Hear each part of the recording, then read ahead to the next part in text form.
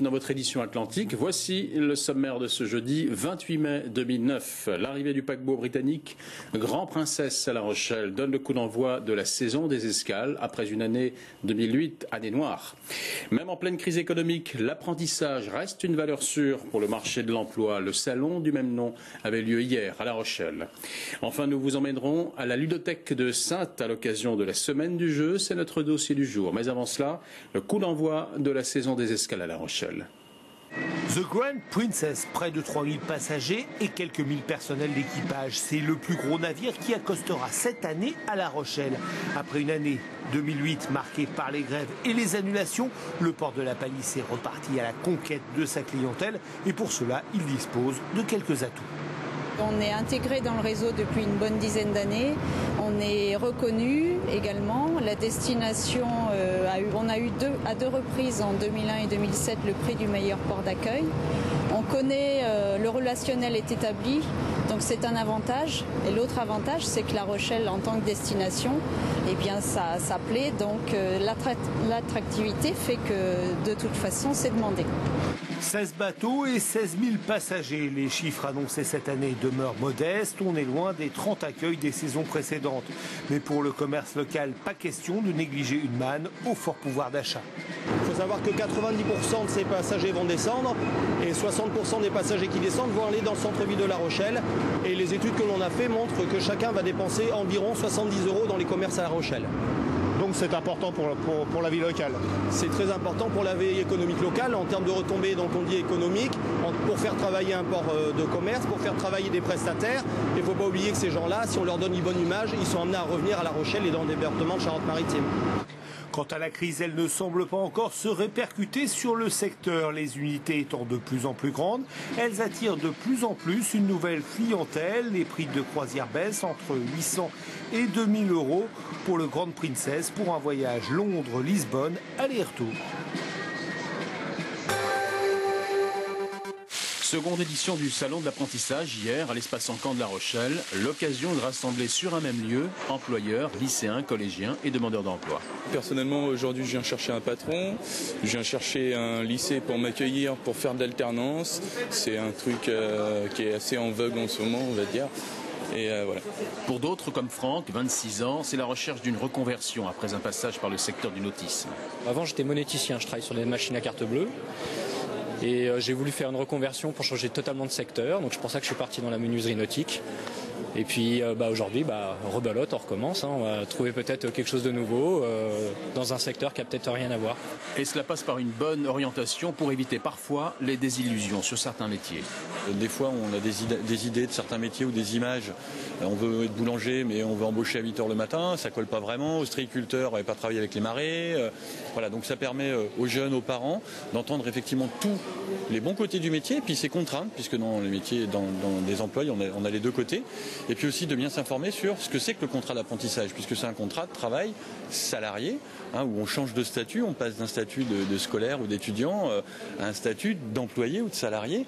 Donc ça crée d'autres contraintes et c'est important qu'on sache quelles sont nos obligations et puis quels sont nos droits en tant que salarié désormais d'une entreprise. Et malgré un marché de l'emploi en berne actuellement, l'apprentissage reste aujourd'hui un moyen de rentrer plus vite dans la vie active. Les secteurs de l'hôtellerie, de la restauration et de l'agroalimentaire continuent à embaucher. 22, 21. Là-haut, tout là-haut, au-dessus de nos têtes, il y a des satellites. Et miracle du monde moderne, grâce à eux, aujourd'hui, même les enfants peuvent partir à la chasse au trésor. Cherche, c'est loin. Mais non, c'est à 2 pas. C'est à 2 mètres. Donc peut-être qu'il faudrait qu'on lève les yeux.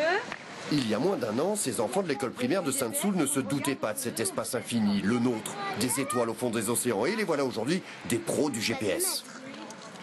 Parfait. Alors, on y va. Étape suivante. Qu'est-ce qu'il faut faire? La Terre, l'espace, ce sont des notions un petit peu vagues et donc là, ça devient plus concret.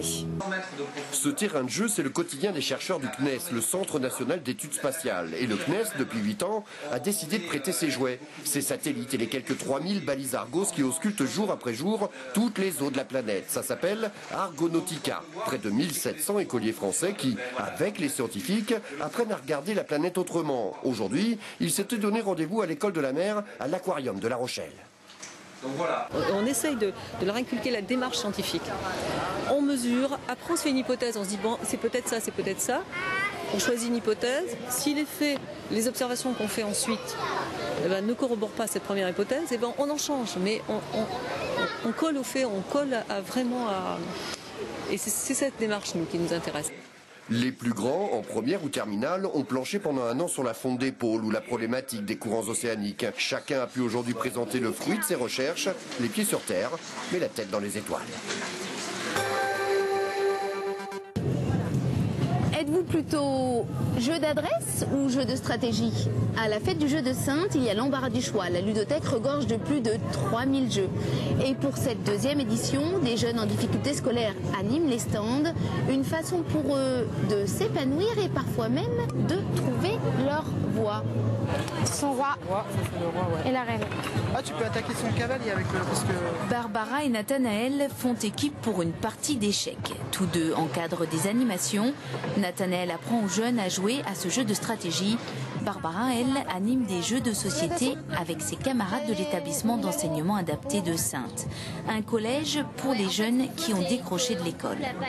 Comme toute bonne ado, elle teste aussi d'autres jeux. Vous qui l'avez fabriqué? Oui. Un peu plus scientifiques. C'était super bien. Pourquoi c'était super bien? Parce qu'on a commencé à... parce qu'on l'a fait et que voilà, ça nous a amusés. Pourquoi ça t'a amusé? Je sais pas, c'est marrant. J'aime bien faire des trucs comme par exemple de sciences. Non, que dans un coin. Ou sinon là. Les jeux de société n'ont pas vraiment de secret pour Barbara, car après la classe, le jeu est un outil pédagogique pour les enseignants.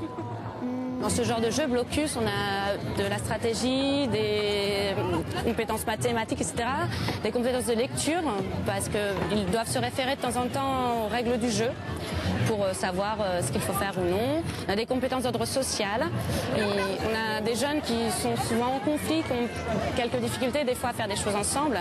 Et justement, ça leur permet de se regrouper autour d'une même activité et de jouer ensemble. Non, lui c'est le roi, Là, ta reine, elle s'est fait manger. Nathanaël anime l'échiquier comme un poisson dans l'eau. C'est quelque chose qui me plaît vraiment, franchement. Le contact avec les enfants, m'amuser avec eux, les voir qu'ils ont le sourire, qu'ils s'amusent, franchement, c'est mon bonheur, quoi. C'est ce que je veux faire. Pas de doute, cet élève en seconde professionnelle à la maison rurale de Chevanceau finira animateur avec quelques jeux dans sa poche. Il y a des jeux, là, comme par exemple où on se déplace, on peut vraiment partager plein de choses, découvrir les capacités des enfants, découvrir leurs points forts, leurs points faibles et tout ça, et puis les encourager, c'est ce qui fait tout, quoi. Ça va lui permettre à la fois de se sentir responsable auprès des enfants et aussi gagner notre confiance, puisque nous, si on leur permet d'animer un stand, c'est parce qu'on leur fait confiance. Et pour eux, c'est le moyen de nous prouver qu'on a raison de leur faire confiance et de progresser et de prendre de l'assurance et de la maturité. À la fête du jeu, le laser game fait des ravages. Les ados restent finalement de grands enfants.